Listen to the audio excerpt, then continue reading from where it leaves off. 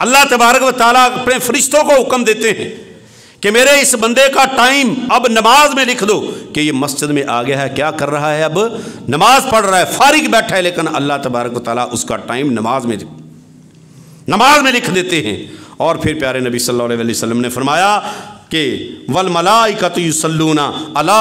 احدکم ما دام فی مجلسہ الذی قد صلی فیہ، نماز پڑھی ہے، نماز السلام علیکم ورحمۃ اللہ، السلام علیکم ورحمۃ اللہ، دوسرا سلام جوتیوں پر ہوتا ہے اکثر بندوں کا، بڑی مشکل سے بیٹھے ہوتے ہیں، پتہ نہیں کتنی گھٹن کے ساتھ بیٹھے ہوتے ہیں، سلام پھیرا ایک سائڈ پہ، دوسری سائڈ پہ پھیرا، جلدی جلدی دوڑ لگائی، جوتا پہن کے وہ ہو گیا۔ پیارے نبی صلی اللہ علیہ وسلم نے فرمایا بندہ نماز پڑھ کے اپنی جگہ پر بیٹھا رہتا ہے، نبی علیہ الصلوۃ والسلام نے فرمایا وہ بندہ جتنی دیر مسجد میں بیٹھا رہے گا اتنی دیر اللہ تبارک و تعالیٰ کے فرشتے اس کے لیے بخشش کی دعائیں کرتے رہیں گے۔ ما دام فی مصلہ الذی قد صلی فی، کیا دعا کرتے ہیں پیارے نبی صلی اللہ علیہ وسلم نے فرمایا یقولون، اللہ کے فرشتے کہتے ہیں اللہم اغفر لہ، اللہم اغفر لہ، اللہم ارحمہ، اللہ اس کو بخش دے، اللہ اس کے اوپر اپنی رحمت کے دروازے کھول دے۔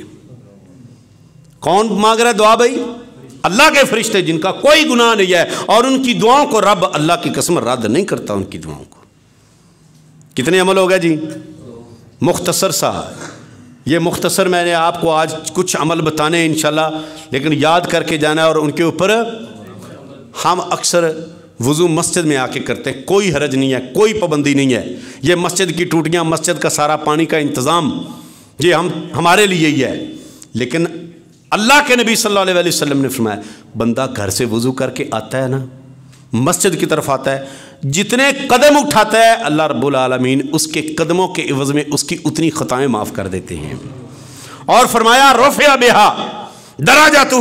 ہر قدم کے بدلے اللہ رب العالمین اس کے درجات کو بلند کرتے چلے جاتے ہیں، اللہ اس کے درجات کو بلند کر دیتے ہیں۔ اور پیارے نبی صلی اللہ علیہ وسلم نے پھر مسجد میں آنے والے کو ہی نصیحت کی ہے کہ بھائی مسجد میں آؤ شوق سے پہلی صف کے لیے، اور پیارے نبی صلی اللہ علیہ وسلم نے صحابہ کو فرمایا اگر تمہیں پہلی صفوں کے بارے میں پتہ چل جائے نا کہ پہلی صف کا اجر کتنا ہے، تو تم پہلی صف کو حاصل کرنے کے لیے کیا کرو، آپس میں قرعہ اندازیاں کرو، اتنا اجر ہے پہلی صفوں میں بیٹھنے کا، پہلی صف کو حاصل کرنے کا شوق ہی نہیں ہے، کبھی دل کے اندر یہ شوق پیدا ہی نہیں ہوا۔